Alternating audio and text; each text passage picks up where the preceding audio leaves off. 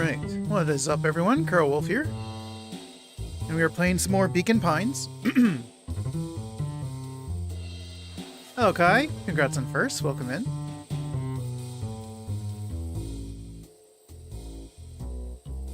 So today, hopefully, we'll be able to finish Beacon Pines. I'm looking forward to it. Let's see if we can get our happily ever after. Chapter 6. I'm not in the game. There we go. They spent the night's end huddled around that small map, formulating a plan to infiltrate the headquarters of Perennial Harvest. Sounds fun. It would be no small feat. A modern facility equipped with all manner of technology. Not to mention the swarm of clipboards that would most certainly be scattered throughout. True. By the time the sun began to peek through the car window used as a makeshift balcony door, all were in agreement. Let me make it a little louder, I think, because it's not in the yellow in OBS. This could just work. The final day before the festival would be used to prepare. They'd need to pool every resource at their disposal, pull every favor with a thread. Even enlist some unsavory characters around town with important tasks only they were suited for. I forget his name, but does that include the bully? Luckily, there was enough ill will and mistrust toward Perennial Harvest that alliances could be found at a bargain. Luka, True. Beck, and Rollo rubbed their eyes as they exited the treehouse. They hadn't slept at all that night. There was no time. The festival was to begin in one day, and they each had their assignments. Alright, quick recap. Rollo, you're gonna talk to Roxy. Cordially. Without her and Fitz, this whole thing could go bust. Me! Cornell is my middle name! Uh-huh. And how do you plan to explain your new... He waved vaguely at Rollo's sizable figure. circumstance? Bah! She'll be so happy I'm alive, she won't even notice. Beck snorted an involuntary giggle. And Beck, you're sure Ilona won't just shoot this whole thing down when she hears it? She'll listen. Once she understands the danger Nilly is in, the danger we're all in, the plan will make sense. Okay. That leaves us with Jeff and then Iggy. How are you gonna persuade them? I'll think of something. They each looked at each other with sleepy confidence and nodded. Well, Godspeed!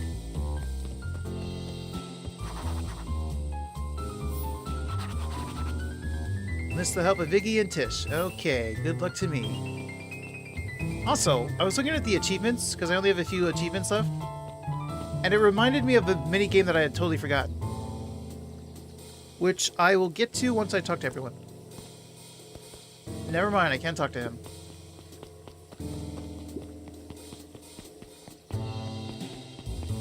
I can surely talk to you. I cannot. What about you? Oh, I can. Undaunted, he shook his head. Over? No. Endings are merely a state of mind. This doesn't end until I give up. Wow. I admire the conviction. But can he really pull through? Anyway, to the minigame, if I'm allowed. I'm not allowed. Shoot. I might have to, at some point, jump to another branch so I can get back to this. I can talk to Dawn. What was her voice? It was like... You ever wonder why an agriculture company employs an army of survey takers? The clipboards? They say they're just trying to make us happy. Do they want to make us happy? Or just figure out what makes us happy? An important distinction. I said it wrong then. What makes us happy? I messed up her distinction.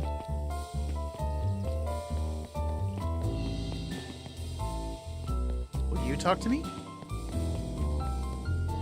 You will not.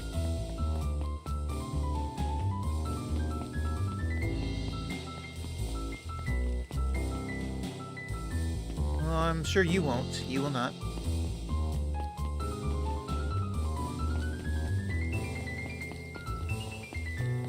Yeah, I need to do the cooking minigame somehow, because I have new words for it. Hello, Jeff. Hey, Jeff. What can I do for you? Well, I know how much you hate perennial harvest. Hate's a strong word. Oh, sorry. I mean, I didn't say it was the wrong word. gotcha. So, we're gonna break into their headquarters, and I thought you might be able to help? Jeff wheezed out a long snicker. You see? I knew you kids were all right. Great! So you'll help?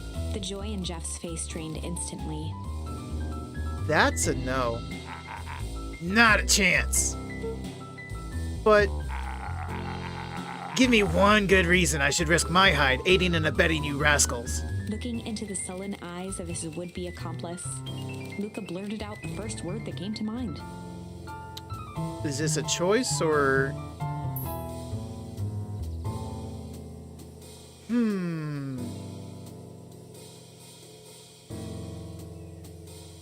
Well, it's gotta be crooked, right? Or maybe it's gotta be fight.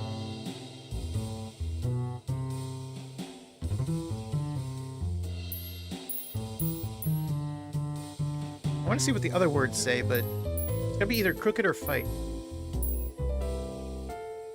Unless we're trying to say he's a coward.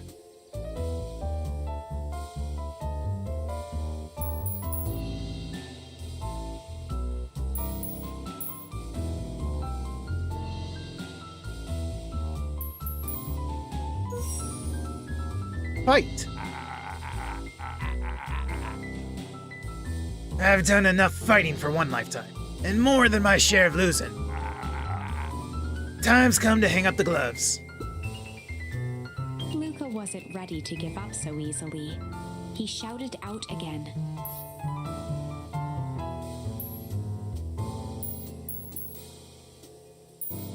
Shit! Yeah, it's all shit. I still ain't helping. Ain't that some shit?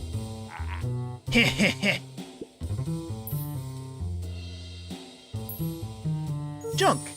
Wait. Oh, I got the right word. That was not the word I was gonna guess. I think that was the right word. Let's see. Yeah, what of it? Sonny, I've got more junk than a king has copper. Ain't interested. Okay, it wasn't the word. I thought I heard a, like, musical tone that sounded different from the others.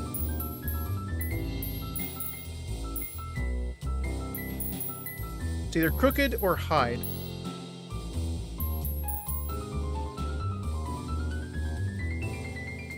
Crooked? Gah, they're all crooks. Like cockroaches. Stamp one out, and another comes scurrying along to take its place. So it was hide. Jeff's brow perked up. What you say? Okay, it was that we're gonna kind of call him the coward. Go ahead and hide then. Sensing some traction, Luka carried on with vigor. Let a bunch of kids do what needs to be done. We're not afraid. Jeff's scowl faded with a sigh. Say what you will about old Jeff. They all do. But you'll never hear him say I hid from nothing. One good stomp of the foot was all Jeff needed to drive his point home. What was it you kids needed? Some sort of disguise. I've got just the thing. And while we're at it, that crate should come in handy. This ain't gonna be free, you know. I'm thinking 5 bags of sour gobs should cover it. Put it on my tab. Luka offered out his open hand to seal the deal. With a firm and dusty grip, Jeff reciprocated. Done. Swing by first thing in the morning. Coolio! Do you want to say anything to me? No? No? Okay, let's go find Iggy and, Ooh, I forgot the other one. Tish. Let's go find Iggy and Tish.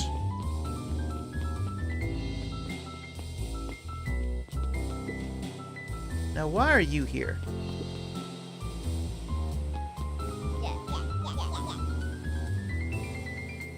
Hey, Tish. No, what was the voice I did?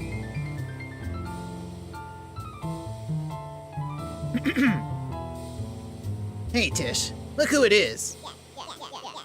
Luka, are you here to try to tickle us to death again? I think I changed his voice. I don't remember already. Look, just hear me out. Iggy raised an eyebrow suspiciously. We're listening. Iggy, I know we've both been giant bags of... Well, obviously he means shit. Shit to each other. Iggy gave a reluctant shrug. You're not wrong. But lately, life has been kinda...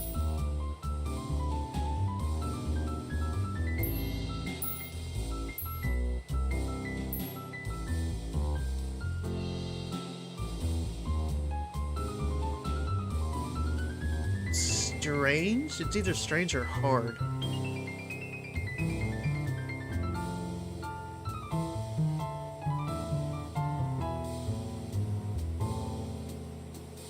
Hard? Hard, you know? Hard? Well, yeah. Life's always hard. Get over it. We ain't interested. Luka knew they'd need Iggy. He tried again. Bags of shit. Iggy gave a reluctant shrug. Strange? Strange, you know? Iggy considered the point. Okay, so it was strange. Things have been weird around here. So I'm offering a truce, and I'm asking for your help. What do you say we...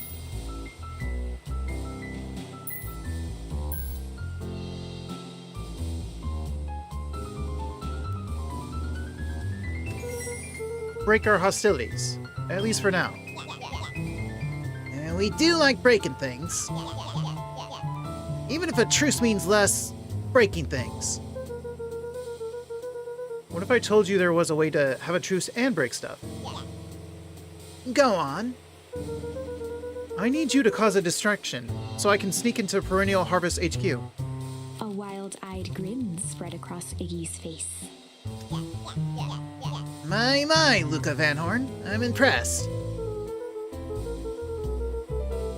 And after this is all done, maybe you and Tish can come hang out at the treehouse sometime. Iggy glanced over to Tish, who nodded in agreement. Fine.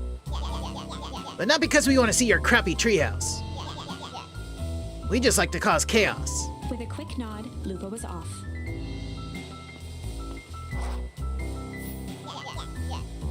Did you hear that, Tish? Iggy gazed up at Tish with a smile. He invited us to hang out at the treehouse. A single tear ran down Tish's cheek. Also, she felt the same way he did? She spoke. I never expected this day to come. How wonderful. Chapter 7. Into the Hive. A good heist requires preparation. Sure does. And thorough preparation takes time, something they had precious little of. So far, everything was in order. Jeff, Iggy, and Tish all agreed to do their part.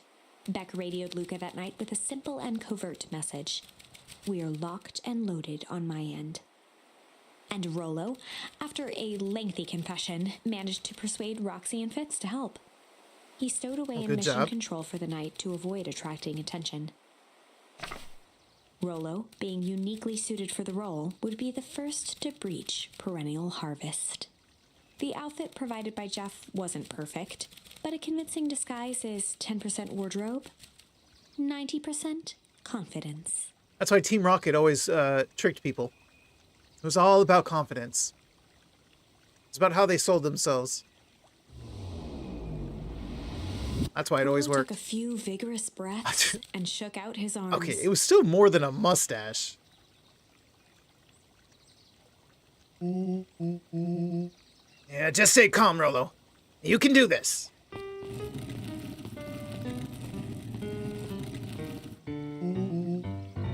Got your delivery here. A delivery? I don't have anything in my notes about a delivery. One moment.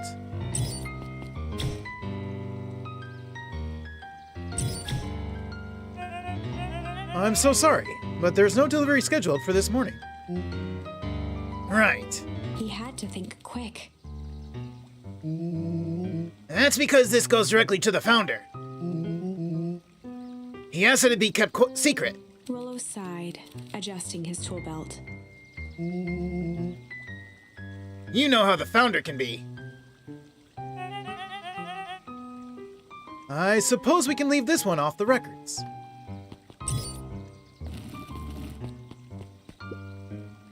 Our harvest awaits and such. With a stroke of his mustache, Rollo proceeded into the Perennial Harvest headquarters. Our harvest awaits. A package here for the founder. Oh? I didn't hear anything about... Yeah, this is a need-to-know kind of thing. I'll just check. He stammered and flipped through the pages of his clipboard. This goes directly to the founder. I don't have time to fill you in. Oh, I see. If you could just complete this form. Rollo interrupted with urgency in his voice. Every time with the forms. Look, if you want to explain to the founder why I'm late, well, it's your funeral. I'm sorry. What did you say your name was again? Rollo panicked. Our harvest awaits. Sir? That's a restricted area. Excuse me, sir. Our harvest awaits. Ready to light this candle, Tish? Yup. Suck on this, perennial ham-fist.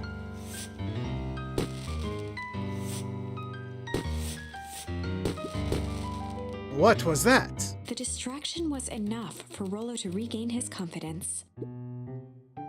Just open the damn door. I got a job to do. The clipboard fumbled around in a frenzy. I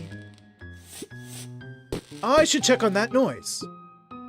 Oh, come on. Just buzz me in already. Okay.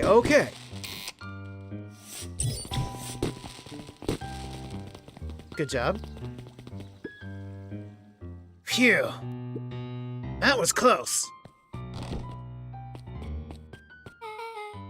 Our harvest awaits. Hey, I figured, when in doubt, stick with the classics. Well, that was a close one. But you pulled it off. Nice work, Rollo. All right, everyone knows what to do? Yep. Deep engineering is to the north. I'll go with Beck. In case she needs some muscle. I'll head east of the founder's office. You two be safe. Okie doke. Are you sure I can't go find some words, just in case? That's what I thought. Just had to check. That's odd. There's not even any cups for the water. Decorative? For the illusion?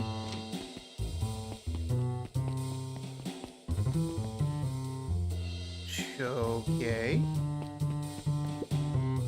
A hallway to nowhere. What's going on here? You can do it!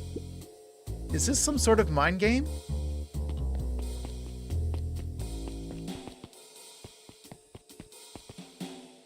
Okay, it's a maze.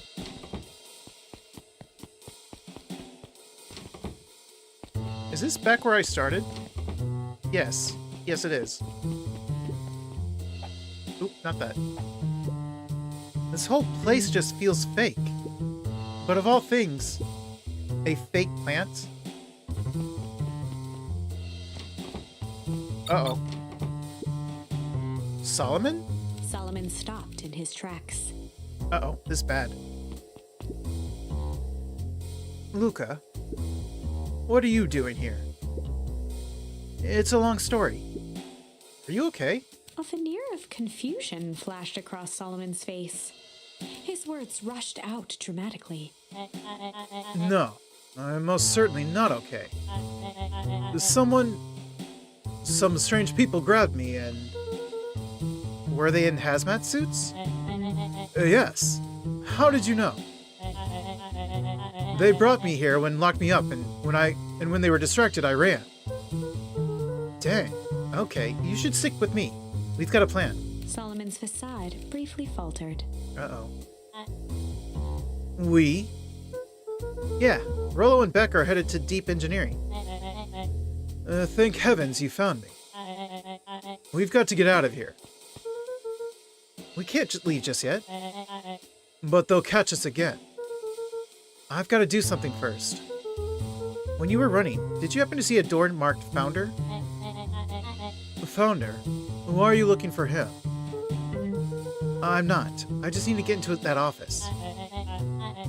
Now that you mention it, I do think I saw a door that said Founder. It was just down this way. Luka happened to notice a plaque above the door. Office of the Founder. Knocking comes with consequence. Oh, here it is.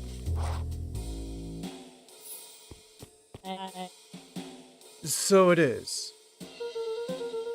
It's pretty lucky that I ran into you, or else I might have missed it. I'm truly fortunate. Luka tried the handle. Locked. Solomon leaned forward to examine the mechanism. Regrettably, it seems to be some sort of electric lock. I don't see how we, could possibly defeat a lock like that. Luka smiled and looked at his watch. Let's just wait a minute. Oh.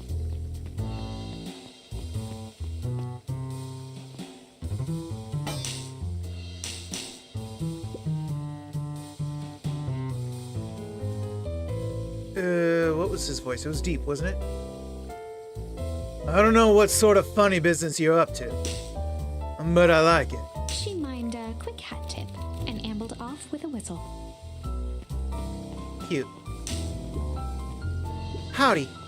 Good afternoon. The light on the keypad changed from red to green. How did you do that? It's good to have friends. Quick, let's get inside before someone spots us.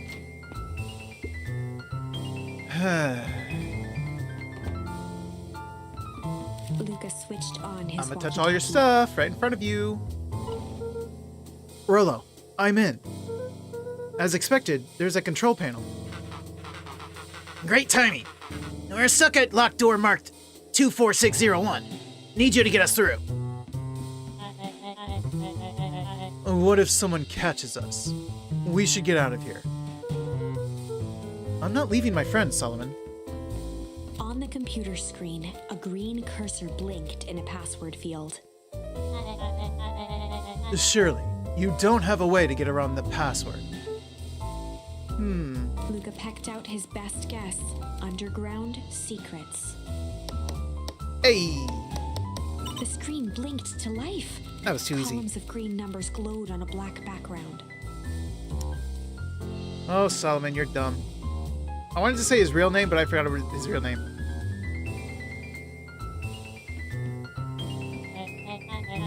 How did you just guess that? Oh, it's this absurd password Rollo heard when he was down here before. It's funny how someone arrogant enough to call themselves the founder uses such a basic password. Or they were thinking several moves ahead, not expecting anyone to guess something so simple. These villain types always end up outsmarting themselves. Solomon's jaw clenched into a half smile. Right to your face. Your powers of deduction are as impressive as your luck. Luka quickly scanned the columns for number 24601. Rollo, I think this should do it. Bingo bango! Doors open! Luka, you never fail to impress. What is that slippery lout even doing down here? We have a friend whose mom is in trouble. We're here to get her out. I see. Okay, Luka. I think we're close. The next door is marked 13806. Once again, Luka scrutinized the numbers on the screen. In that moment of distraction, Solomon reached forward and pressed a large red button. Oh, great. Maybe this one opens the lock.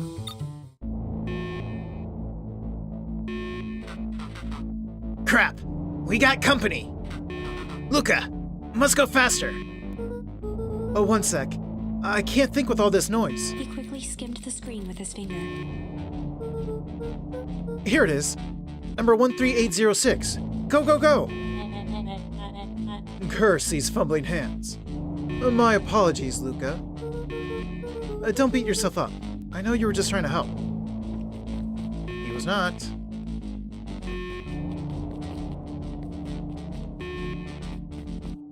Spill it. Huh, man. No water cups.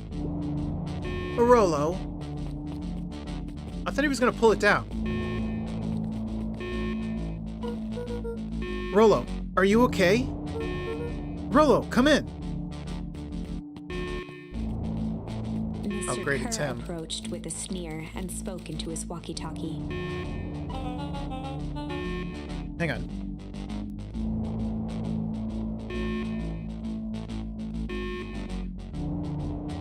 Okay. You can turn off the alarms. They're trapped. With self-satisfaction, he called into the hallway. That, my dears, is a dead end. Nowhere to run. Rollo, where are you? Are you okay? Yeah, I think we've lost him. Making our way back to Nellie's office.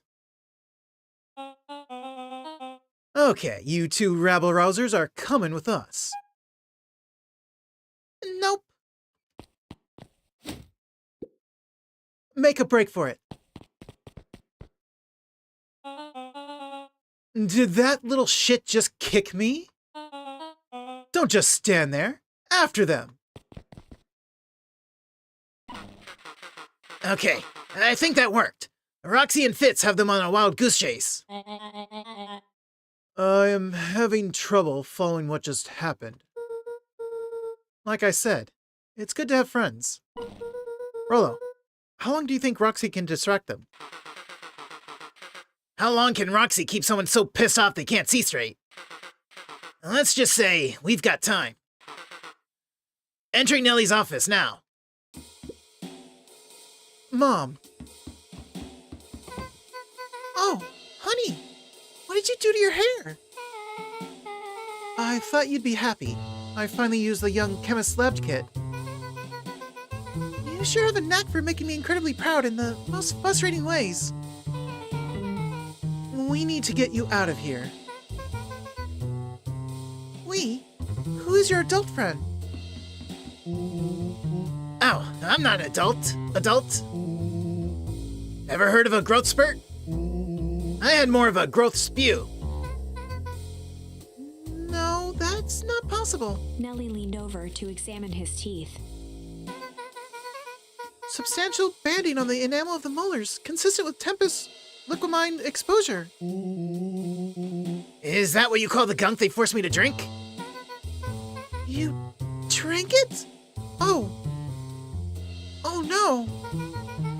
They told me it was only being tested on plants. Oh, Beck, sweetie, I promise I didn't know. Mom, what the hell is going on at this place? I was brought here to work on the discovery of a lifetime. A novel chemical compound was discovered under Beacon Pines in a wellspring they called the Source. They named it Tempest Liquimine. It pulls energy from its surroundings in order to fundamentally alter matter's relationship to time. It was the secret to Valentine's fertilizer. They harvested the source, infusing small amounts of Tempest Liquimine into the product.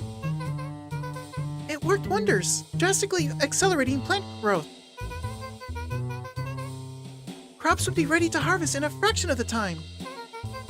But it led to complications. The foul harvest. Perennial Harvest came in to clean up the mess, to succeed where Valentine failed. But Tempest Liquimine is rebellious. Rebellious? You can think of it as a manifestation of change itself. It's volatile by its very nature. So the more you try to force it to do a specific thing, the more it resists, yes. I can relate to that.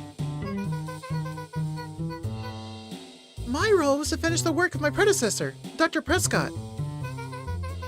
Harnessing Tempest Liquimine to reliably manipulate an organism's age. Just imagine how many people we could feed. Mr. Kerr was very insistent that we achieve a successful result before today's festival. But you didn't, right? Nellie sighed. You know how much I love a good puzzle. I poured myself into the problem. It wasn't long until I discovered oddities in Dr. Prescott's notes. Oddities? They contain obvious errors, mistakes that someone of his reputation would never make. So I fixed them and now I get to replace my entire wardrobe. I really am truly sorry. Meh. Those clothes were all hand-me-downs anyway. It sounds like Dr. Prescott figured it out, got cold feet, and intentionally sabotaged his own work. I had considered that possibility. I've sent a letter asking him to clarify his thinking. Mom, Dr. Prescott is dead. Kerr had him killed. What? I overheard them talking about it on the radio. It's why we gotta get you out of here. I just... Like, now. Wait! The vial! I finally solved the chemical equation, allowing direct control of aging.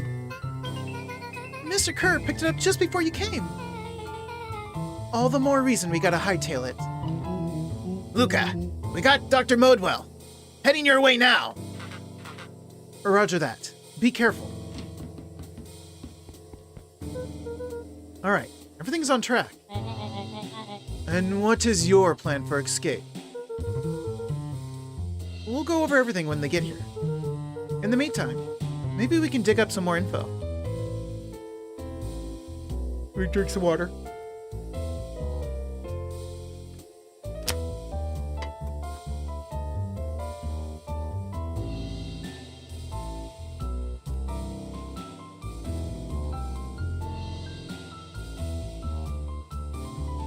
Okay. First things first. Malice 80 proof whiskey. A hard drink for a hard man. Wow, even his alcohol is arrogant. Solomon muttered inaudibly. I should just smother you right now. What's that? I said, I shouldn't bother you right now. Don't be silly. You're no bother at all. Let's see what else this bad boy has on it. Security system. Time card logs. payroll. You know, for being so evil, this guy sure is boring. Solomon once again muttered under his breath. Just you wait. Huh? Oh, nothing. Luka tugged on each of the cabinets. Dang, this must be the good stuff.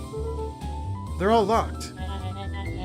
Perhaps he's not as careless as you suspected.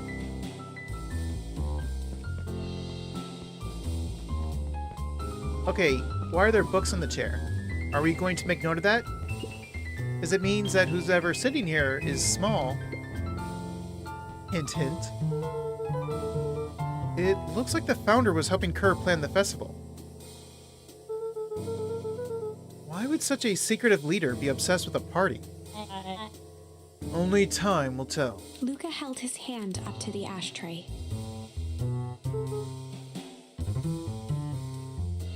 Hang on. Still warm. He must have been in here recently.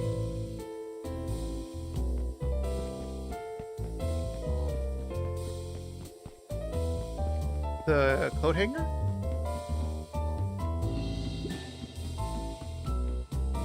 Oh no, we gotta talk to him. Are we gonna smell the cigarette on his breath? I'm really sorry you got dragged into this mess, Solomon. You needn't worry about me. Well, I feel bad either way. We're gonna get you out of this, I promise. With a subtle, quivering lip, a smile crawled across Solomon's face. They heard the trampling of frantic footsteps from the hallway. That's them. Hey guys. Lock it! Lock it! Lock it! Locked. That was close. When we left Nellie's office, it was swarming with clipboards. We barely got away. Did they follow you? That's a yes. Rolo. Before we start tossing blame around,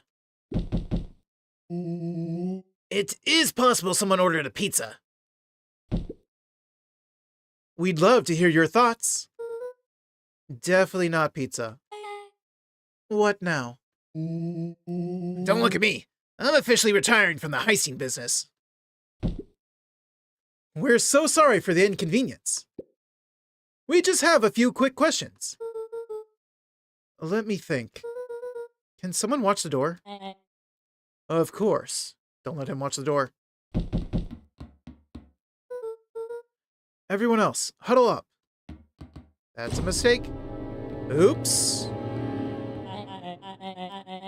I think this little caper has gone long enough. Solomon, no! Hush now, child. The adults are speaking. Dr. Modwell, a brief reintroduction is in order. We've never met in person, but we have corresponded. You see, it was I who hired you. Solomon, the pathetic orphan child.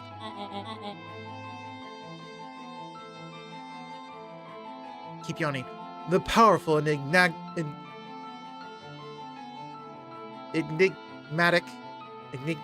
I can't say the word. I've never had to say the word. Enigmatic, whatever, founder.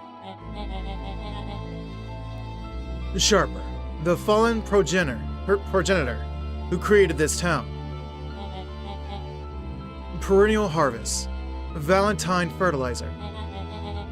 All connected by a single thread. Yours truly. But that's... Her eyes searched the floor in thought. Solomon watched eagerly, waiting for the flicker of epiphany. With a sickened look, she peered into his soul. Ah, yes. Now you've got it. Tempest Liquimine! You discovered how to reverse the process. Solomon clapped with genuine delight.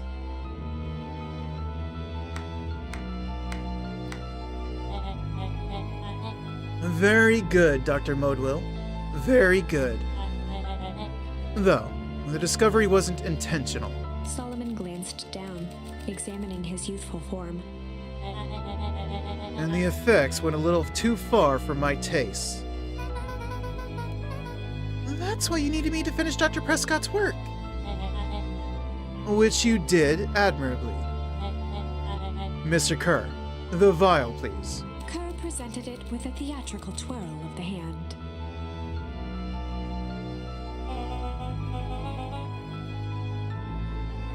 May I present to you the eighth wonder of the... Before he could finish, Rollo snatched the vial from Kerr's palm.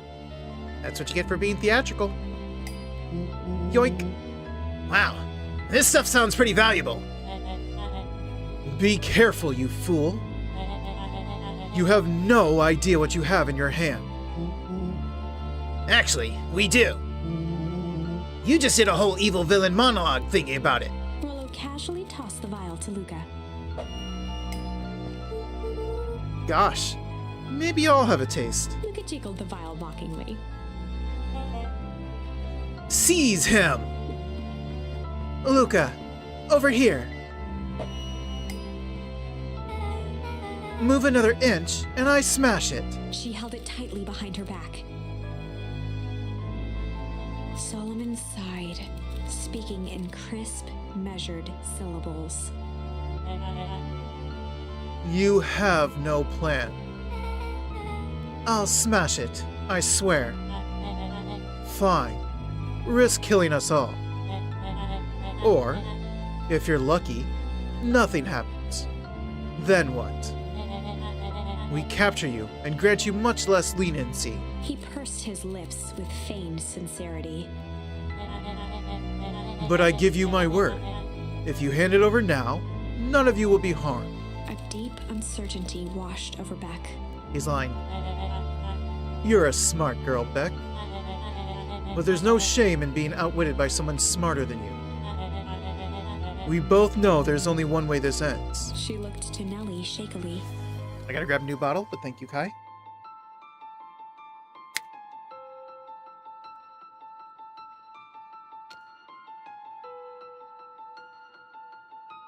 Yeah, I do need to keep drinking.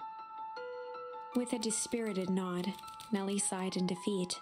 Beck slowly approached Solomon. That's a good girl. Beck, don't do it. We can't trust that jerk. I'm sorry. He's right.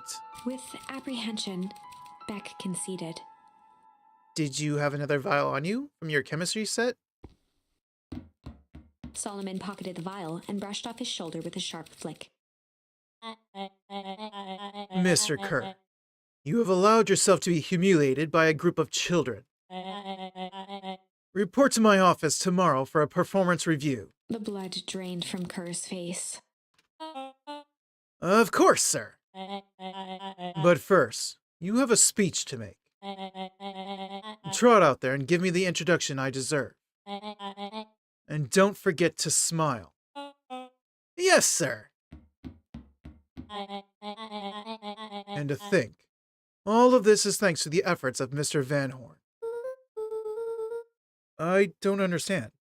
How is this all because of me? Ha! I said Mr. Van Horn, silly child. Dr. Walt Van Horn. Your father was always a thorn in my side. I offered him an opportunity to be a part of something great. But the fool was blinded by righteousness. He even broke into my laboratory in an attempt to sabotage my work. Solomon shook his head with gratification. But the universe has a funny way of correcting course. By meddling with a force he didn't understand, Walt showed me its true potential. As fate would have it, Luka, your father's dying act was to grant me eternal life. A muffled applause resonated faintly through the walls. Uh-oh. He gave the speech. Well, that's... well, that's my cue. After the festivities and my subsequent ascension, I will return to deal with you all. Until then, I suggest you use this time to reflect on the magnitude of your failure. You three, keep post outside the door.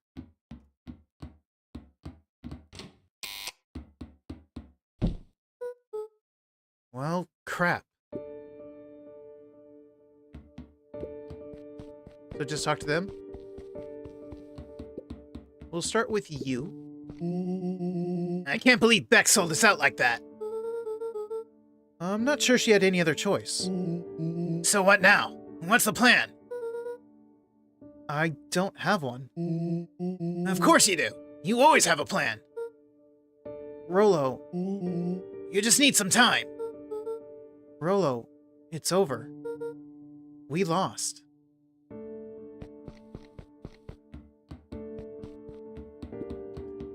Nellie was staring at the floor, deep in thought. Sorry, Luka. Give me a minute to calm my mind.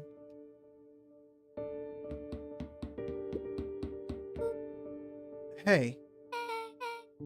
I'm sorry, Luka. I did what I had to do.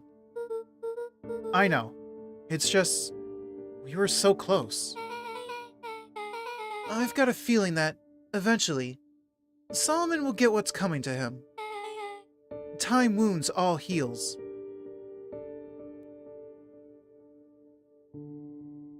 Huh? Well, time seems like less of an issue for him now.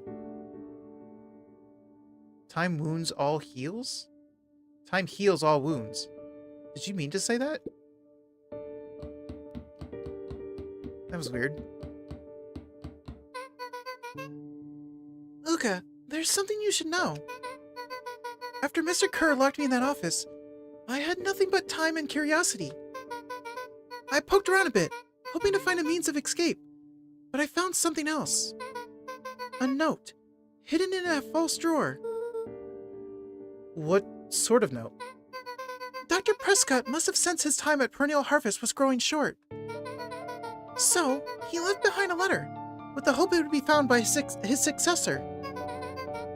It was a confession of sorts. He left it for me, but its contents... Luka, I think they were meant for you. Why? What did it say? It was about an incident with your mother. Dr. Prescott found her in his Dr. Prescott found her in his office with a stolen keycard. There was an accident. She had been exposed to extreme amounts of Tempest liquamine. The color dropped from Luka's face. Did she... Is she... She survived. Dr. Prescott decided to help her recover. He no longer trusted Perennial Harvest, so he kept her whereabouts a secret. Over time, your mother led him to reconsider the purpose of scientific discovery. Science is often at the vanguard of change, but that doesn't mean it's always right. He realized that no one should have control over something as powerful as time itself. I now believe that's why he began to intentionally sabotage his own work. And it cost him his life. That's a reasonable conclusion. Luka was overwhelmed with emotion. But if she's alive, where has she been?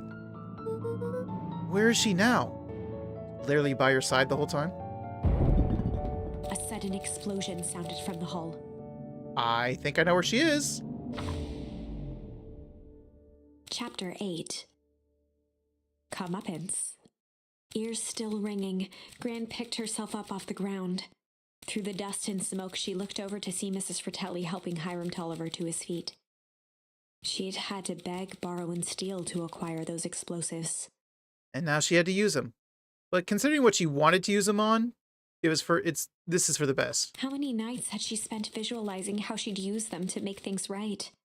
And now, her one shot at destroying the source, that damned hole that swallowed so much of her life, was gone. Traded for this jagged hole in a wall and a foolhardy shot at rescuing Rollo. Oh, she only knows about Rollo. With Fratelli and Tolliver at her side, she stepped through. It was a strange feeling. The last time she'd stalked this maze of hallways, it was in a different body. They quickly rounded a corner to find a group of clipboards guarding a door. Something worth guarding is probably something worth seeing. True that. She leapt forward, brandishing her cane. If her last chance at vengeance for things lost was truly gone, she would just have to fight to keep what she still had.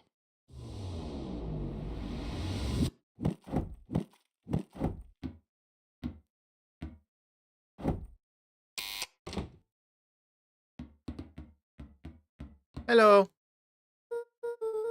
Gran, what are you doing here? Luka, what are you doing here? We're here to save Nelly. We're here to save Rolo. Hey, Mr. Luca's gran. I said Mr. I meant Mrs. Luca's gran. That's awful nice of you. But I'm fine. oh no. What did they... Gran, there's no time to explain. We have to go now. Come on, everyone. We've got a party to crash. They made their way out from deep within Perennial Harvest, just as Solomon finished up his speech. Thankfully, we can dispense with the formalities from here on out. Solomon pulled a glass vial from his pocket. We've got to stop him. In one smooth motion, he downed its contents. Too late. A triumphant smile grew across Solomon's lips. No! Well, I guess that's it. We lost. I wouldn't be so sure about that. What did you do? With a mischievous look, Beck elbowed Luka. Remember when I had the vial behind my back? Mm-hmm. You did something.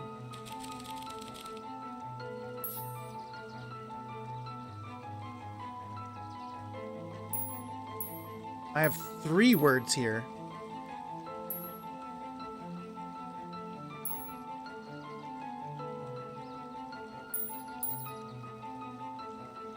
With a little... What would be the best one? We probably have to do all of them.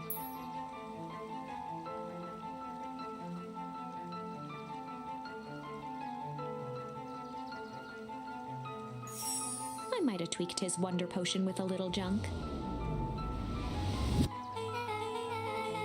Can't wait to see the look on his face when he realizes he drank his own cigar ash. Ew. How did ashes get into the vial? It was pretty easy to mess with the vial when it was behind my back. Oh, that's sneaky. Well, it's a bad habit anyways. Pa always says, bad habits are like 50-yard field goals. Huh? Hard to kick.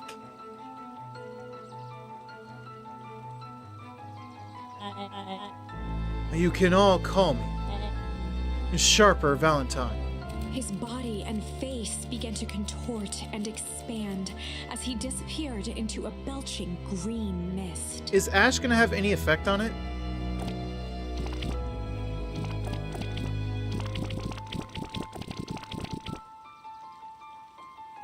Oh. Well. Oh. Well, that's the end of him. Well, that's one way to kick a bad habit. As the last of what was once Sharper Valentine wafted into the air, the crowd began to disperse, still numb from what they had just observed. Sharper Valentine was gone for good. His end would be a new beginning for Beacon Pines, a new chance to let go of the things they had lost and grab hold of a new future.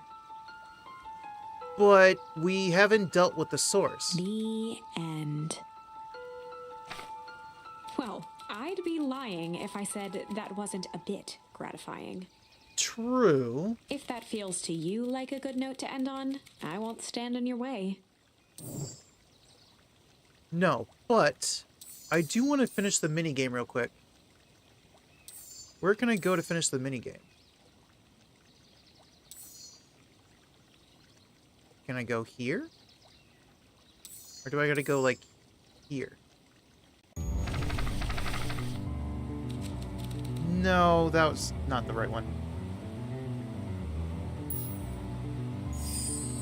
Well, time to bust out the tickles. I can't press B yet. Now I can. I need somewhere quicker.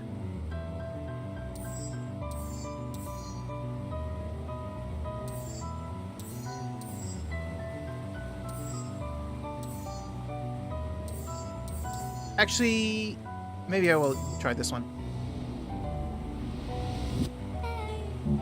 Let's just speed through it.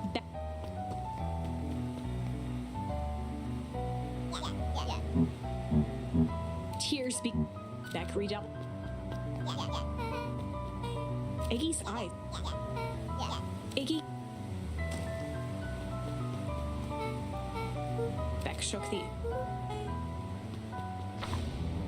I just need to be able to go to the Chapter 4. to the restaurant. The best. Luka paused. He'd only just. Hopefully he. It's real. Oh, come on, get out of my way. Roxy and it was. No one cares. Let me go to the restaurant. In a torrent of.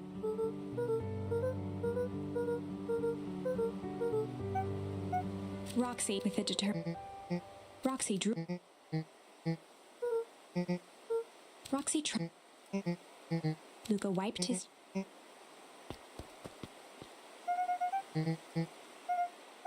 Looking into the puddle.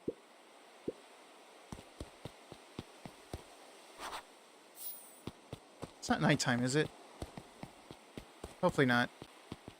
Mr. Nuncreed. No, don't care. Luka motion. No, please don't drag me into the booth.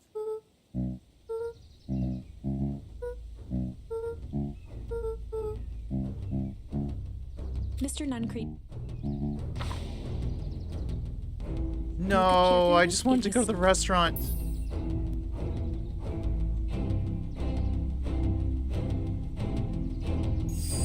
There a deep if Mr. Nuncreed. Oh wait, that was the wrong one. That was the wrong one.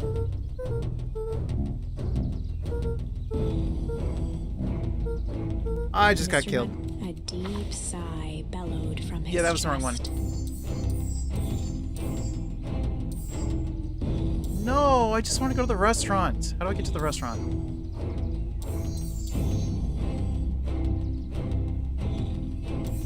Can I get there from here?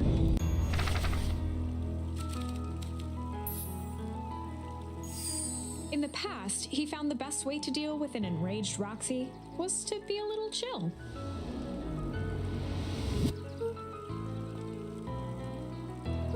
Just let me go to the restaurant.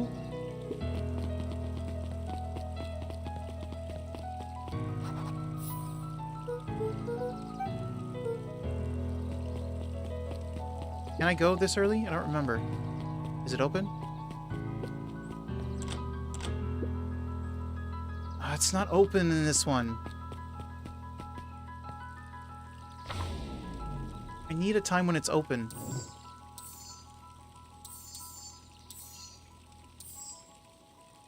It's not that one.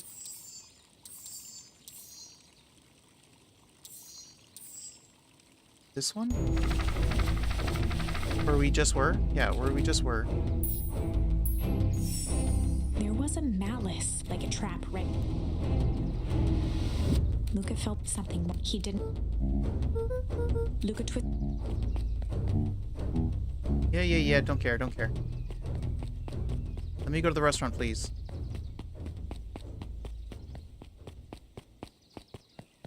There was a point where I was able to go to it, but I don't know when. Maybe now? Nope, I didn't mean C. I meant... No, it's still locked. When did I go to the restaurant? I can't remember when that happened.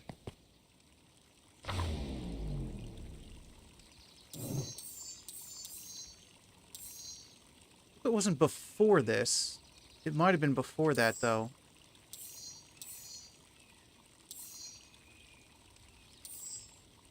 When did I go to the restaurant?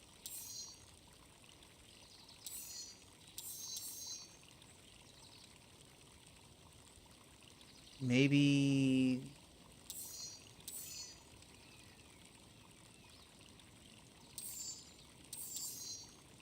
Wouldn't it have been when I delivered the jam?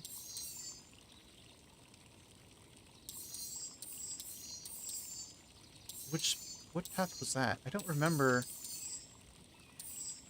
It's right here.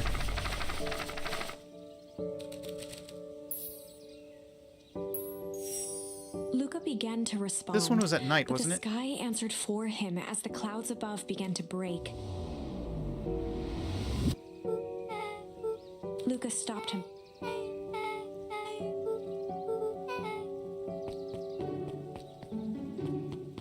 I just want to get into the Luka saw restaurant. Beck's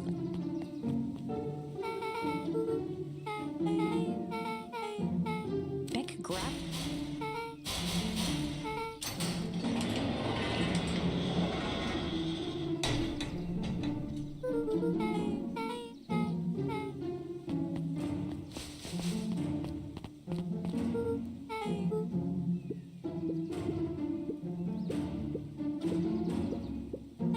Beck's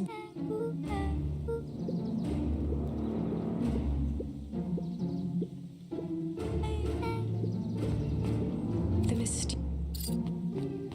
a chill his vision. Beck stifled. I don't think I can get to the restaurant from here. Grand tussle. When did I get to the Gran restaurant? gave it.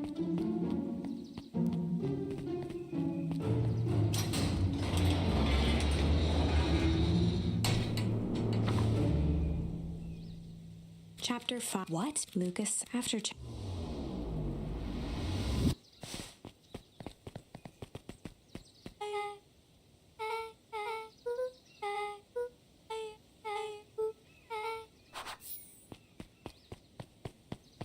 I can't get there from here because it's nighttime. But maybe... the clipboard. Mr. He snatched the clipboard, then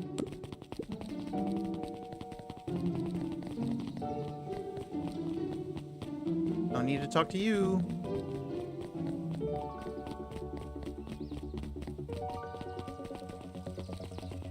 The restaurant is obviously closed at night, unfortunately.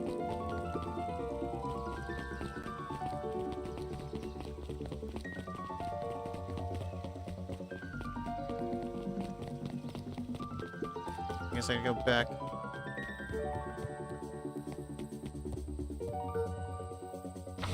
Isn't this just going to progress right to this one? I think it is. I need one that gives me free time where the restaurant is open. I'm not sure when that is.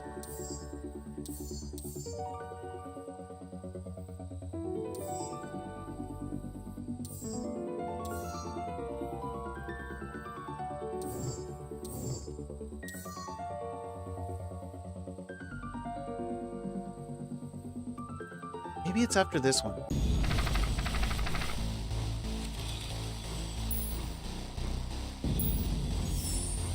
this is a story about struggle. Luka, he felt his hands, he yanked it, let. Luka, he heard the with the muffle. Luka was, he never. Chapter, everything's fine. The next, only the sound. Oh, I think maybe I can get it from here. I think this is what I need.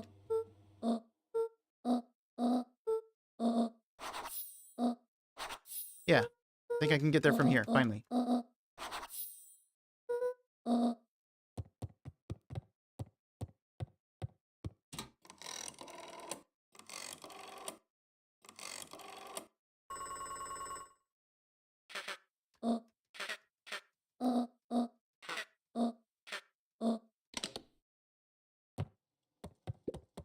Grab this, whatever.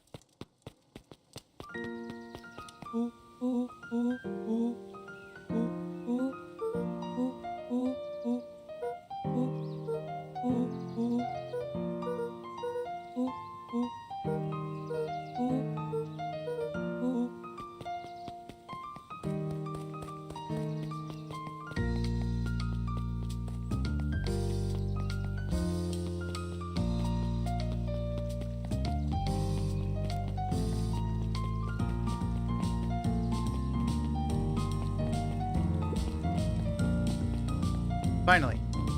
As I finish the fishing minigame, I just gotta finish the cooking one.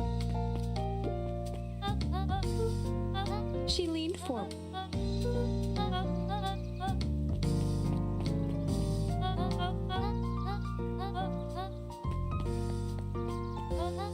Luka shifted. Mrs. Fratelli she carefully. Luka squinted. Memories of it. Here we go. Now I can serve more people.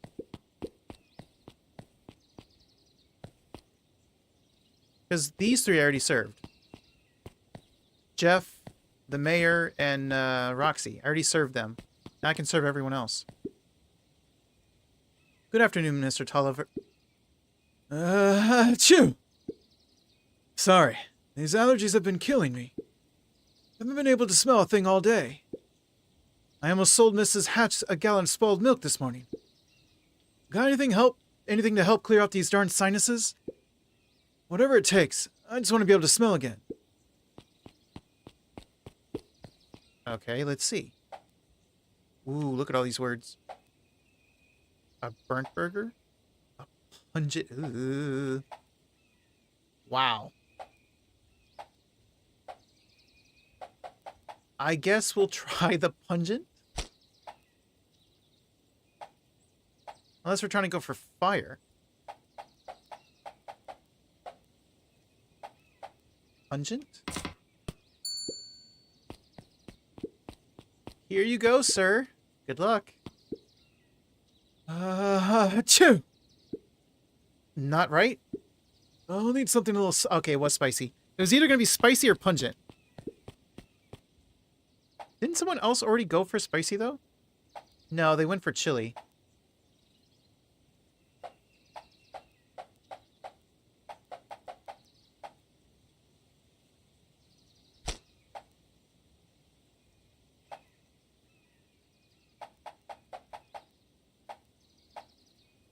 Why is mustard adorable?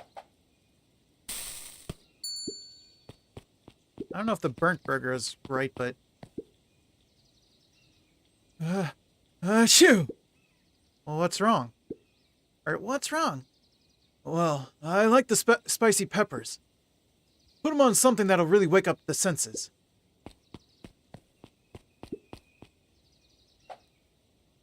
Put them on something that'll wake the senses?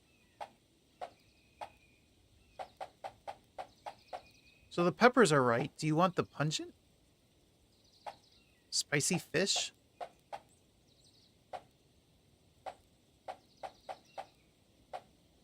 Let's try this and then spicy.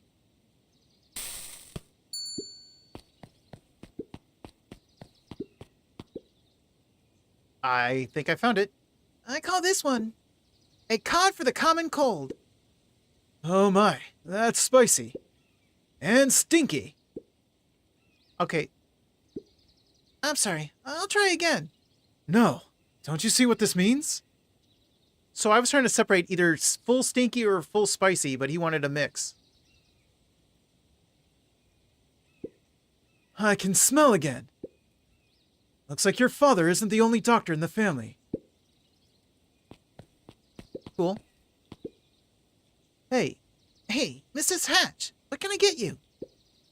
Oh, I'm not terribly hungry. Something snack size if you could. It's still going to be a burger, so... Snack size, you say? Like this? But now what?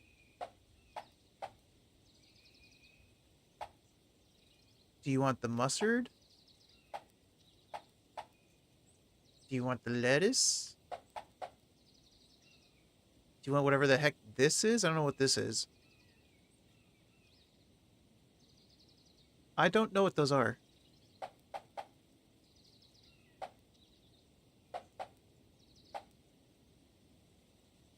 I don't think she wants double adorable.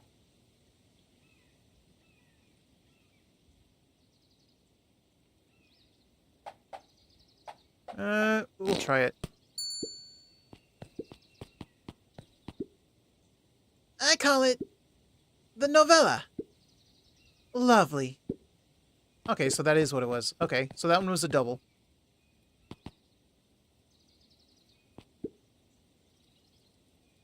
I have a coupon here for one free burger.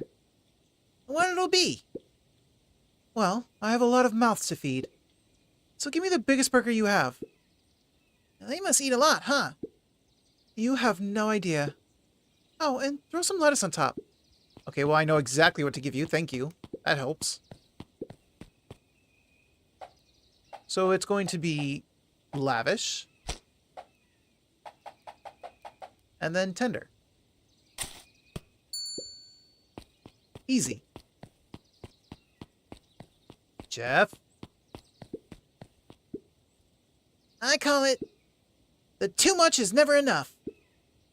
This should keep them at bay. Thank you.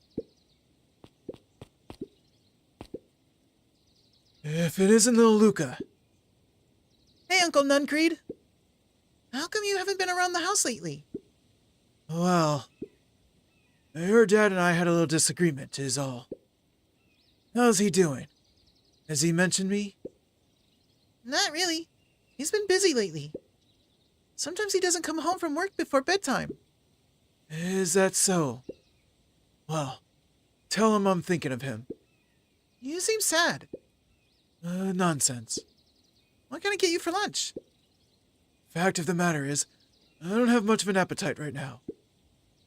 But Uncle Nuncreed, you gotta eat. I'll make you something special. That'll cheer you up. That's not helpful. Okay, I gotta cheer him up. Cheer him up.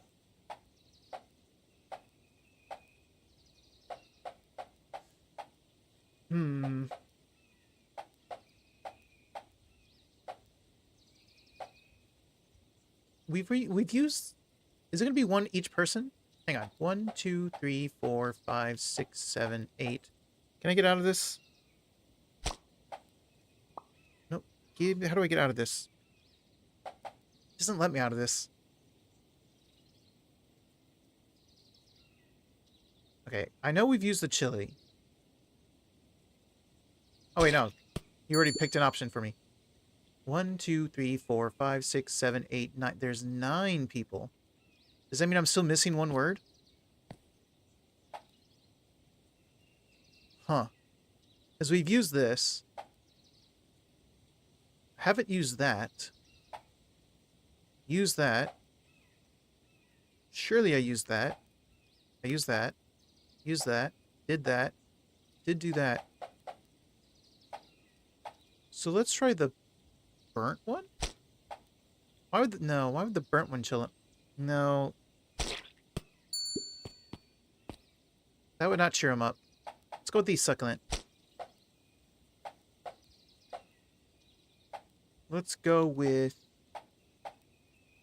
Can I cheer him up with a smiley face?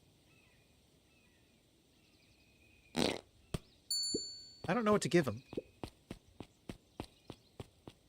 Jeff. I call it the cheers looking at you, kid. One burger with a side of good vibes.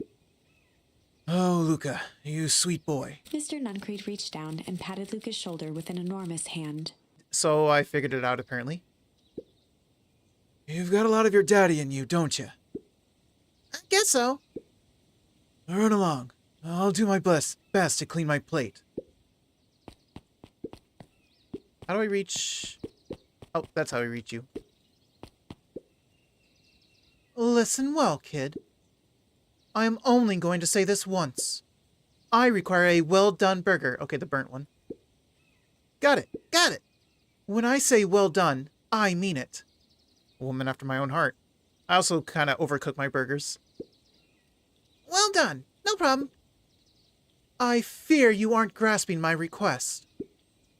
I want the burger charred beyond recognition. I want it bitter and black.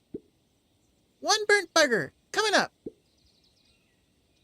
And top it with the most expensive thing you have. Okie doke. Easy. So, incendiary and lavish. Boom, baby. What's he gonna call it? And may I present the row, row, row you're burnt. I can hardly believe it. You've done Well, Mrs. Fratelli had caviar stashed back there? So it was caviar. I wasn't sure. The woman is full of surprises. Very good. This will suffice.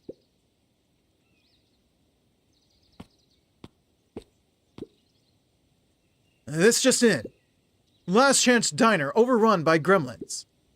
I'm not a gremlin. I'm Luka. Mr. Wilder adjusted his monocle jokingly. I stand corrected. In that case, would you believe I have a craving for a burger? You've come to the right place. Indeed. I'll have a nice juicy burger topped with onion. So he just wants the succulent one then. Oh, hang on. Okay. That's an easy one.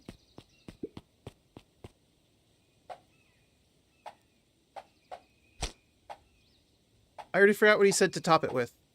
Did he say onions? Because no one's used onions. What did he say to top it with? Here you go. I call it the Wilder. You know, I love a good byline. Many thanks. Okay, I fed everyone. Alrighty. It looks like we've got everything we need. Let's get to feeding these folks. Oh, I already fed everyone. You made all the food yourself? What on earth did you put on the burgers? Just use what was lying around. Oh dear. That can't be good. Thanks again, Luka. Best burger I ever ate. Surprisingly competent. Everyone seems happy. You really are a remarkable boy, aren't you? I did it. Now there's only 2 achievements left. Okay, let's go back to, here.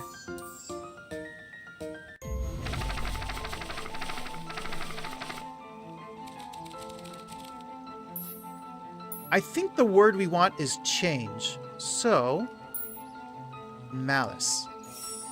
I might have tweaked his wonder potion with a little malice. Malice?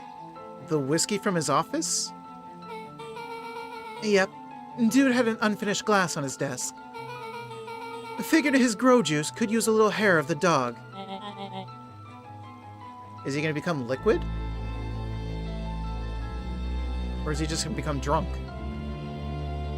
You can all call me Sharper Valentine. His body and face began to contort and expand as he disappeared into a belching. Green mist. Sorry to interrupt her. I didn't mean to cut her off. What? I guess they do call it happy juice sometimes. Now that's what I call 80 proof whiskey. Damn, dude. The crowd gazed in stunned silence at the now empty stage. The quiet was broken when William Kerr sprinted off stage and into the distance. Bye-bye, loser. He was never seen around Beacon Pines, or anywhere else for that matter, again. Watching the silhouette of Kerr disappear over the horizon, Luka began to laugh. First, a low chuckle that became uncontrolled, heaving laughter. Through his tears, he was vaguely aware that the crowd had begun to laugh with him. The end. Good times. That was unexpected. True. But also satisfying. Perhaps a bit of an absurd ending for my taste, but who am I to say? He had it coming. I'm only writing the damn thing. Are you writing it, or am I writing it? Alright. This should be the one we want. I might have tweaked his wonder potion with a little change. Like, pocket change? Your unlucky penny. Yeah, I popped it in the vial when no one was looking.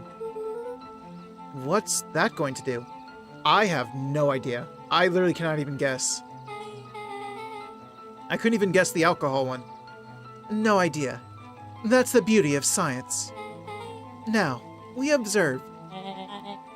You can all call me Sharper Valentine.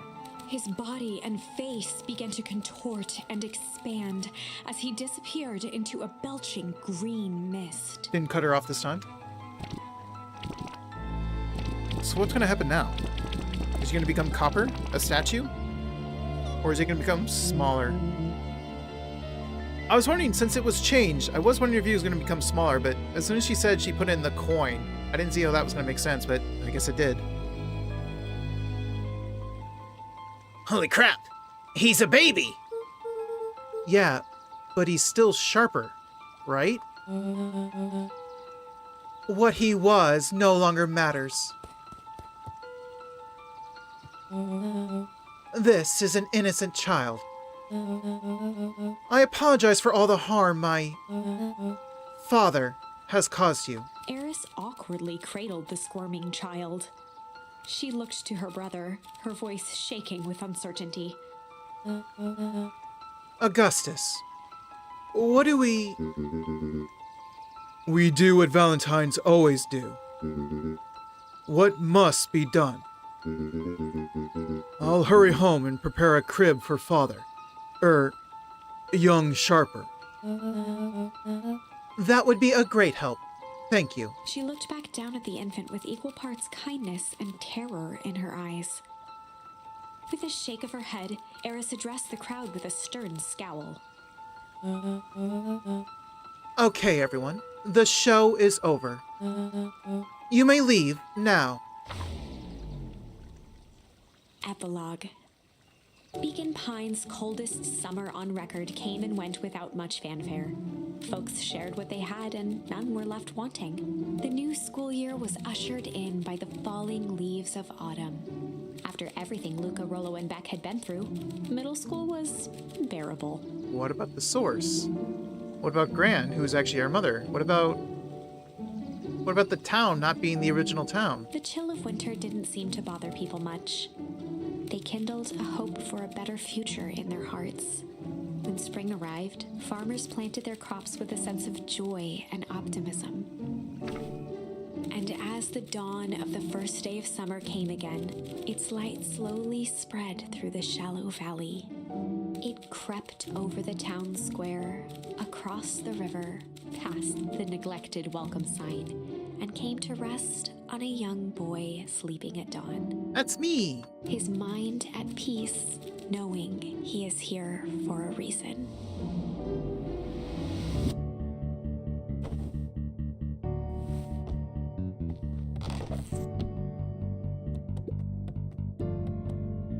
I can talk to that. Anything else?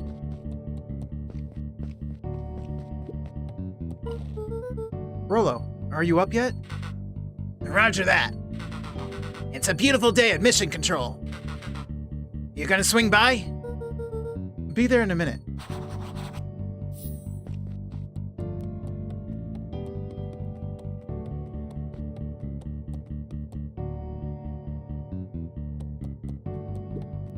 Over time, Eleanor began moving Walt's old things out of the closet and into storage.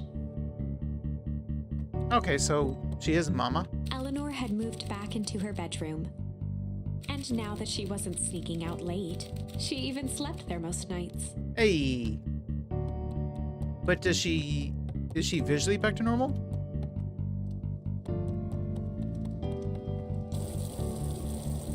Oh, the water is still on and the fridge is still open.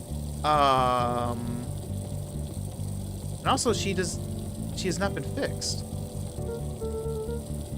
Mom, I'm ready to go now. You go on without me. I'll meet you there. I've got a batch of jam to finish jarring. It's funny. I only started making jam as a way to send messages without anyone noticing. But now, I enjoy it.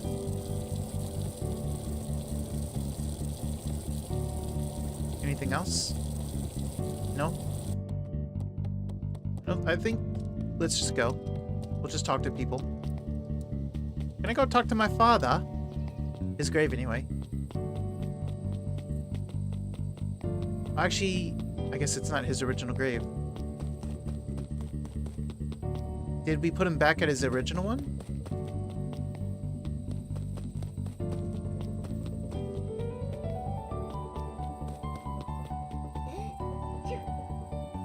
Bless you.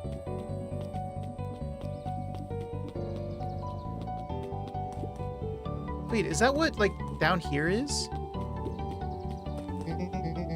I hear you and Rollo have big plans for that little treehouse. Yeah, it started getting crowded after we revoked the max capacity, 1 Rollo, 1 Luka rule. So we decided to expand. But at least we've got some help with that. How's the internship at Nelly and Iona's shop going? It's been great. I'm hoping it helps get me into the School of Agriculture up at State.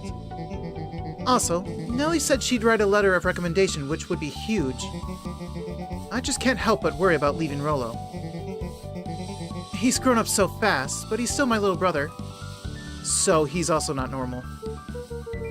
Yeah, he had a heck of a growth spurt. I don't just mean grown literally. This morning, he was up and finished his chores before I even had breakfast. Well, some of that might be his excitement about the treehouse renovations. Don't tell him this, because it'll go to his head, but I'm really proud of that little punk. I'm sure he feels the same way, but he's just too dang proud to tell you. I know.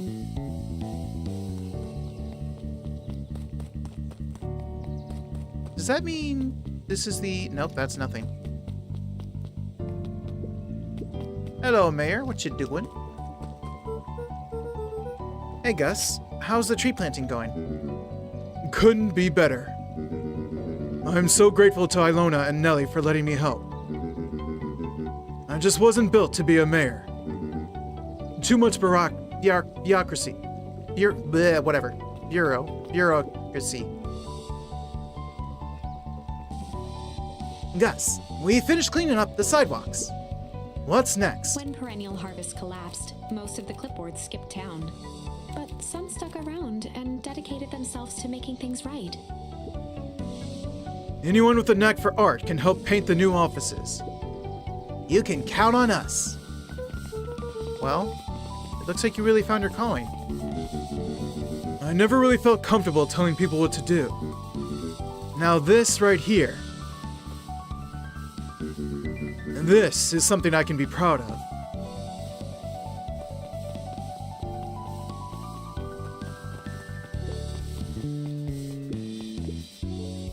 How's the napping this morning?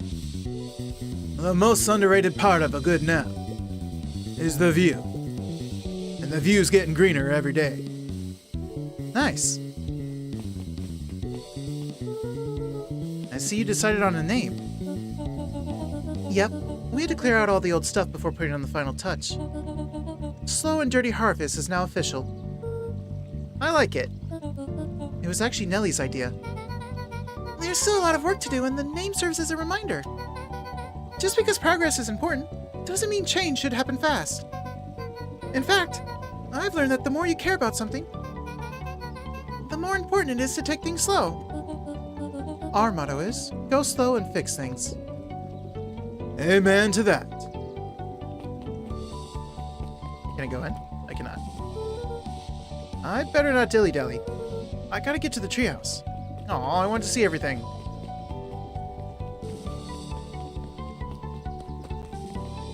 Well, you're still here. I don't even remember your voice. Luka, get this. I managed to reel in an actual fish this morning. Seriously? Yeah, and honest to goodness. Flip-flopping, swim-swamming, fish!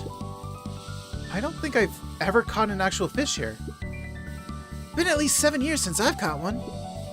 I'd say it's a good omen. What do you do with the fish? Oh, I released it back into the pond.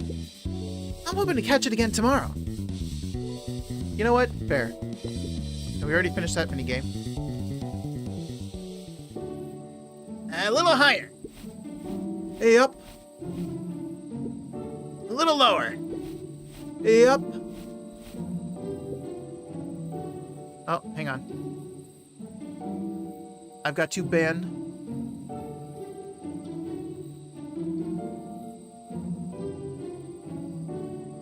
A little higher. Yep. Or wait, no, that's the wrong voice. I'm telling ya, the angle just isn't the issue. We need more power to the radio. Luka, there you are. Would you tell him it's not the angle? Hey, I'm not in charge of antenna redesign. Fine, fine. Iggy, just don't do anything drastic until we get back. Who? No. Who? Me?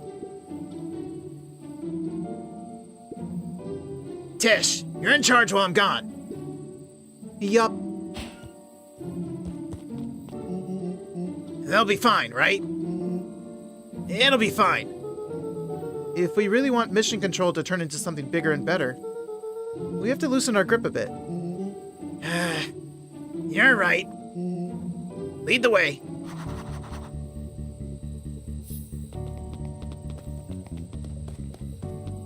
Can I at least go inside real quick? Nah, it's still the same. Actually.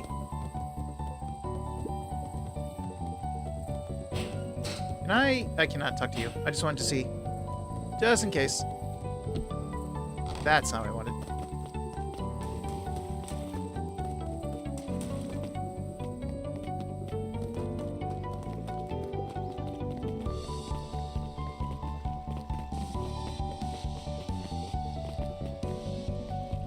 Hello. How's baby Sharper? A young Mr. Van Horn? How's little Solomon, Sharper, doing? A young Sharper seems to enjoy nature more than I. So we do a lot of strolling these days. Has he, attempted to crawl out of his crib and plot world domination? Yeah. Thankfully, no. I spoke at length with Dr. Modwell, and she feels that Sharper's infant mind was not developed enough to retain his previous memories. For all intents and purposes, his child is unmolded clay. The child, sorry. Let's hope he's a little nicer the second time around. Or rather, the third time. That is the objective, yes. But really, all I can do is try and hope. Two activities I am endeavoring to find less distasteful. Well, I think you're doing a great job. And the whole town is ready to help however we can. I can't wait to teach him to throw a baseball. Eris did her best to ignore the tears welling in her eyes. That would be acceptable.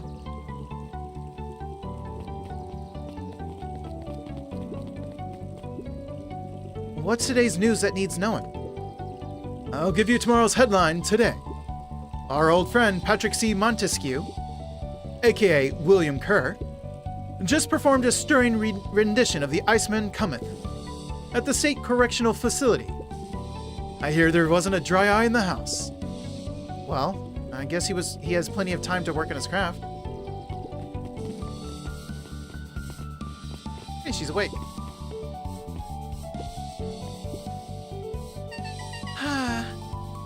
I'm glad you swung by. More follow-up questions for your story? Nope, I got everything I need. Thanks again for that. I sent a draft of the story to a reporter in Capital City. And they offered me an internship. Of course they did. You're an amazing reporter. I don't know about all that. A story about a phony corporation that picked up an entire town of people and moved them to cover up a massive illegal mine shaft full of incredibly hazardous chemicals. Sort of writes itself if you think about it. Just don't forget us when you become a fancy big city reporter. Capital City isn't that far away. I'm gonna have to come back from time to time to check in and see what sort of new trouble you've gotten yourself into. Sorry to disappoint, but my adventuring days are over. Ha! We both know that's not true. What makes you say that? Call it a reporter's intuition. I can go in here. I probably could have just done the minigame at this point. Oh, hey. I can't talk to him. Mrs. Fratelli glowed with a carefree smile. Is that your suitcase? That is just 2 weeks of unencumbered tranquility. Excuse me? Would you be so kind as to take my order? 2 weeks of sand, margaritas, and forgotten obligations. Excuse me? I'd love to place an order. Mrs. Fratelli sighed with a zen-like calm. Just as soon as the lunch rush ends, I'll be a feather on the wind. You're going on vacation? For the first time in years. And I've got you and your mom to thank. Why is that? She didn't tell you yet? You two are gonna fill in for me at the diner while I'm gone. Just like old times. It's fine. I'll wait. You'll be waiting forever.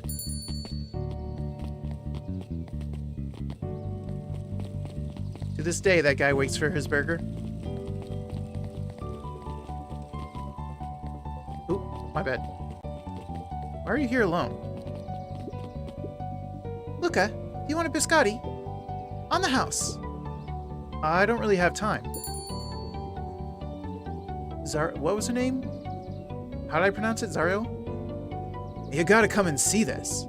I finally did it. I pulled the perfect espresso. Ah, Lumi. If I didn't know better, I would think you're proud of something. As if. No. It's too late. You are now officially a person that cares. She's got you there. He looked to his friends with a thankful smile. After everything that could have gone wrong, everything that did go wrong, we made it. The end. Closing her eyes, Miss Hatch took a deep, relaxing breath. So she finally finished her book? Is she actually going to go home now? Oh, hello, Luka. How are you? Really good, actually. That's wonderful. Did I miss anything? You missed a ton. I think you're pretty much up to speed. Just make sure you actually go home to sleep now, instead of just staying here all night reading. Hey, Luka, can you tell Roxy I'll be free in an hour? Sure thing. My dad's making me stock the shelves for the summer. He said it builds character. I think he meant to say it builds calluses. Builds character. Yeah, it builds something, all right. Wow, back for seconds? If it's not too much trouble. For the longest time, I didn't understand the appeal of ice cream. It serves no purpose, other than to be briefly enjoyed and then it's gone. But it's pretty tasty while it lasts. I'm inclined to agree. Let me hit the watermelon one last time. You want to go, Rolo? What? You say you want me to do it for you? Okay. Luka, can I interest you in a delicious apple? He playfully waggled an apple. No thanks. Just saying hello. Oh, well, hello then. Mind telling your mom we need a new crate of jam? Already? It's funny. I used to hide this stuff in the back. Terrified that someone would find out about our secret messages. Now everyone wants to get their hands on Eleanor's Van Horn's famous spy jam.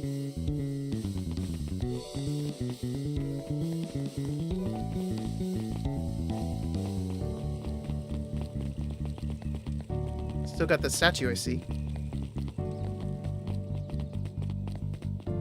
Whoa, look at all them bunnies. Over the school year, Kato and Bert had become close friends. Aw, cool. But did you know that when they covered up the source, they found a new species of fungus? Yep, and they're studying it in the new labs. Did you know that? Beacon Pines is now the smallest town in the county. Yep, close to the population before Perennial Harvest moved in. It typically went on like this for quite some time. you spoil nothing. I can't believe it's over. Yeah, the town's really starting to turn a new leaf. The town? I was talking about Hank Atomic. I just finished the last issue. How was it? As great as always. Hank finally returned to Earth. But I just feel weird now. Weird can be cool. It just means you're ready for something new. Any suggestions? You could ask Mrs. Hatch about what she's always reading. She seems to really enjoy it. Huh. Maybe I'll do that.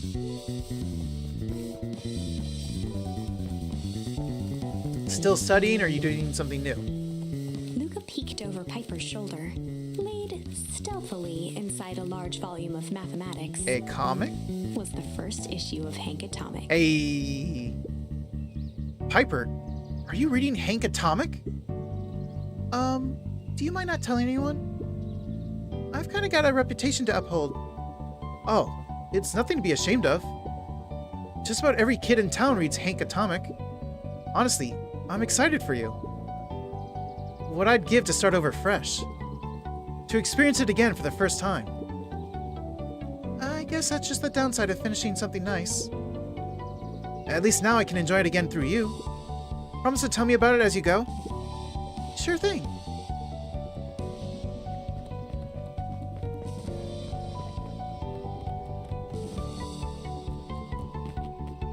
Alright, Nuncreed, you're next. Did you suffer any consequences?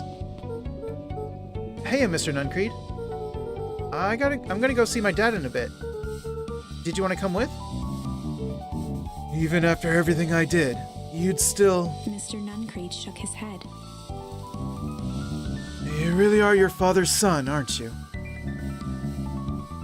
I don't think I'm ready for that yet. Well, you're always invited. I bet he'd love to hear from you. I'll visit Walt in my own time. You run along now. One moment. Okay. Hello, little bunny children. Why do you have them, Jeff? With perennial harvest gone, the transportation tubes were left unused. Come one, come all. No one is too big, no one is too small. For Jeff's wild ride. Well, maybe not completely unused. Just one piece of candy. For the ride of your life. Who's next? Me!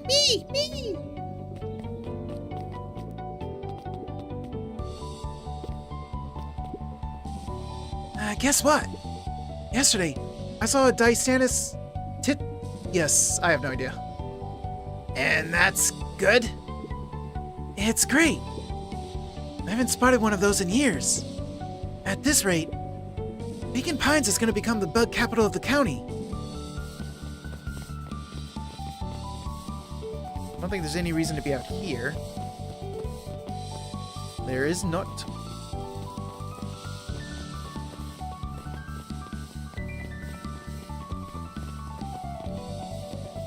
Hey, Beck. We're here. What's up? I have news I think you'll enjoy. This morning, I unpacked my last box. You're officially moved in. It's just a box. Let's not blow this out of proportion. It sounds an awful like putting down roots. I guess I decided this place is root-worthy. You're gonna be stuck with me for the foreseeable future. I do have to warn you, most years aren't going to be as interesting as this one. I think I'll manage. Ready? Before we go, there's a bit of a surprise.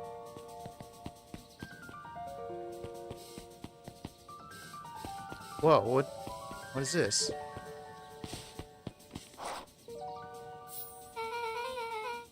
My mom's prepared this tree especially for you. They didn't have to do that. It wasn't just them. Just about the whole town pitched in. We all owe you. It should do okay in the cold of old Beacon Pines, and thrive as things warm up. That's perfect. Do we have candy to give him?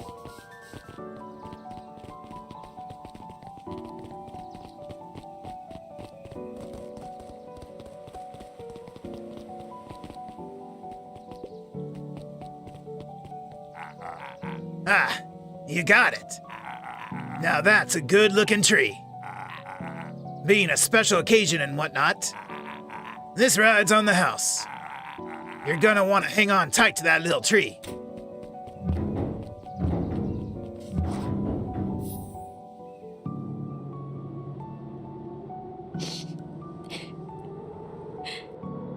I think this is it. We made it. The end I've been waiting for. Honestly, I began to lose hope of ever finding it. But then you came along. I don't know exactly how to thank you. Aw, you're welcome. It's hard to explain how much this means to me. It's funny, now that our time together is finally ending, I'm at a loss for words. Let's just watch the end together. Alrighty. Done. A good little tree. The best little tree. Thank you, children. This means a lot. Yeah, thanks for everything. Shucks, I only did what any super awesome best buddy would have done. We should probably give you some time alone now. You good? Yeah, I am. It's been a wild year. How are you feeling? Everyone keeps asking me that. I'm fine, really. Pa always says the only thing fitter than a fiddle is a cello. I feel like a dang cello. Well, if you ever stop feeling like a cello, I'm here for you. I know. You don't have to even say it. You two make an awesome pair. Excuse me? We're a trio now. Yep. Thanks. There's just one thing missing now that you're a part of our group. Missing? Let me tell you a little story about a man named Hank Atomic. Oh, God. I won't be long. We'll be waiting for you back at the phone booth. I found the perfect way to start our summer.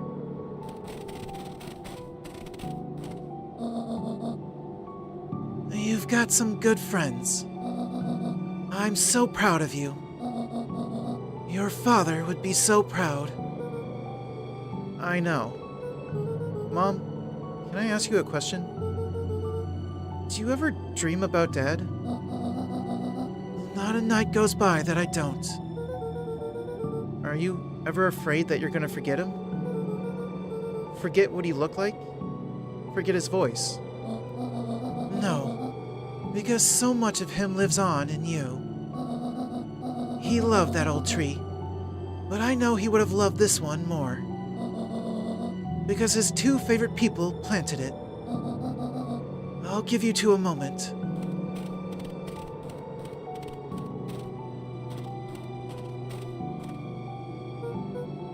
Hey, Dad.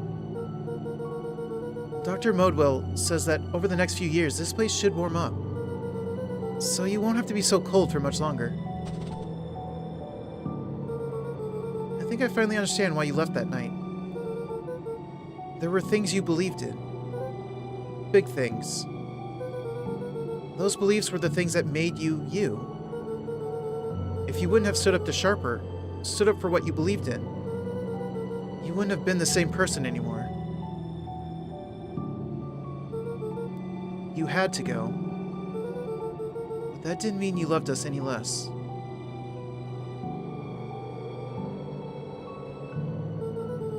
I might not visit you as much as I used to. I know you understand.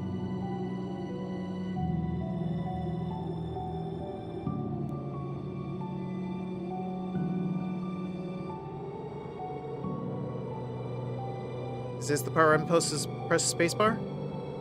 Or S?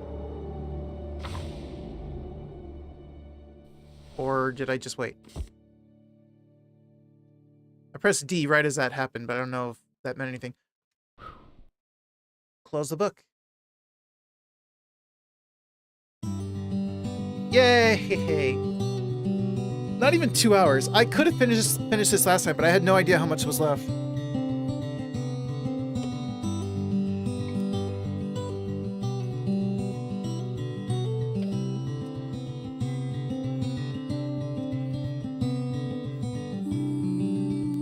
I like that, though.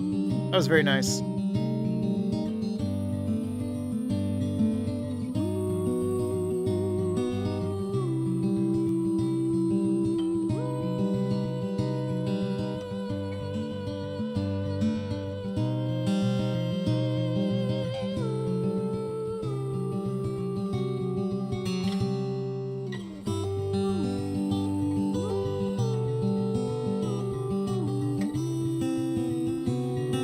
While only waiting for the credits, we'll only go ahead and look for who I can raid.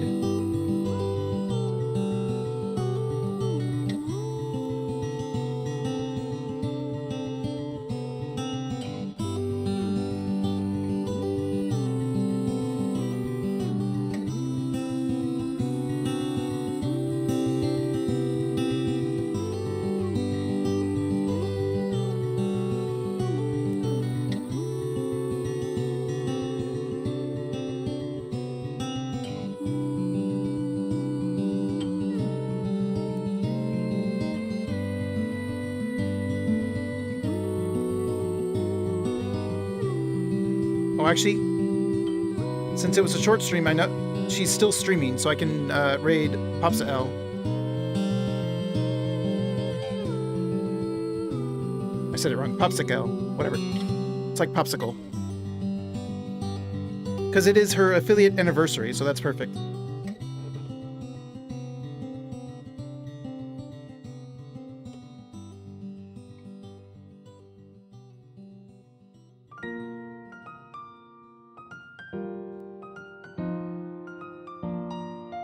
So the art style of this game was very cute. The music, I really like the music of this game, the soundtrack.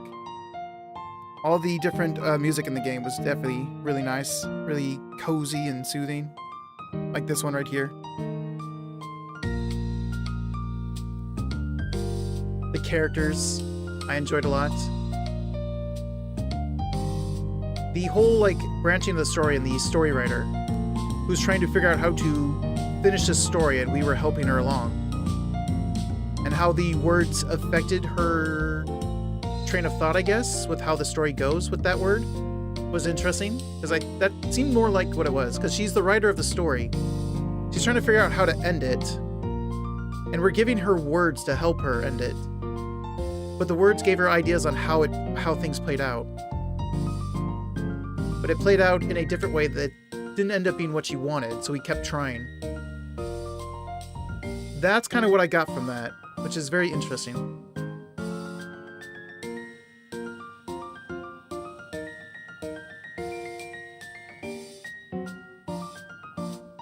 It was very fun. I enjoyed this game a lot.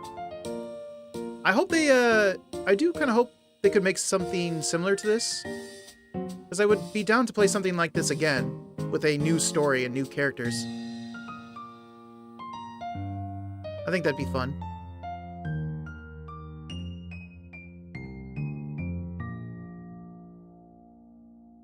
Whether it's a direct sequel or just something completely different. Maybe using the same narrator. Because I guess she's a writer or something like that, right? So she's a storyteller. So she could tell another story. Does this allow me to open the book? Probably in case I didn't finish the mini games or something.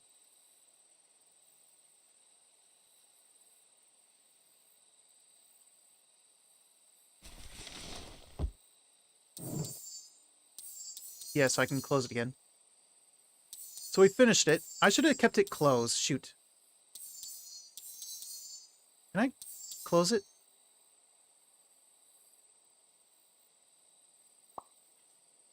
No, I want to close it. I should have kept it closed. I want it being closed as my thumbnail. Actually, I'll just take a screenshot during the video and use that as my thumbnail. So I'll just do that manually later. Whatever. But we will call it there. That was fun. I enjoyed that a lot. And then next week, I will look for a very short visual novel that I can finish in one day. Which I might have one in mind. So I've got the next 2 weeks probably planned out for games then. So I might post the next 2 weeks worth of schedules.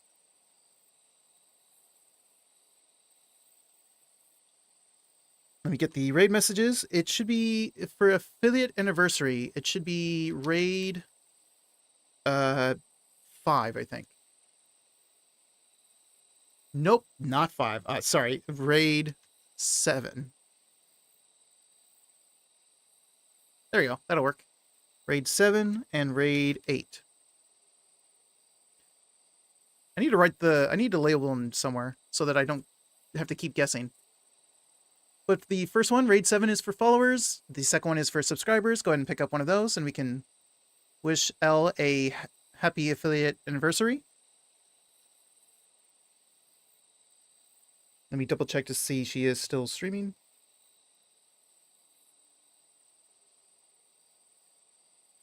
Yes, she very much is, and I think she'll be streaming for a while. Perfect.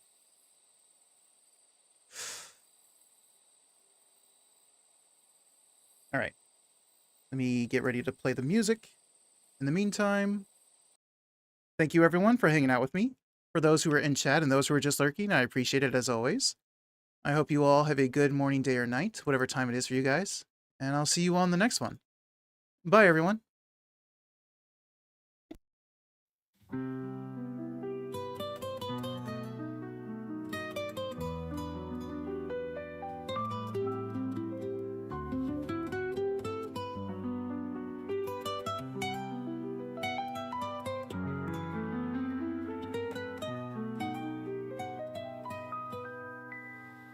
In a room where shadows loom, a man sits deep in gloom, with a pen held tight in hand, sketching dreams that understand. Walls may close, the night may fall, but his spirit stands tall. Lines he draws are doors that lead to worlds where dreams are free. With a pen he built his dreams, turning silence into streams. In his mind he's never alone, crafting realms he calls his own. Paper whispers, secrets told, journeys inked in black and bold. Mountains climb or rivers bend, in the world that he can mend. He may be confined and still, yet his heart is wild with thrill. Through each line a sky so wide, in his world he takes a ride. Every sigh is painted bright, stars that gleam in darkest night. With a pen his spirit sings,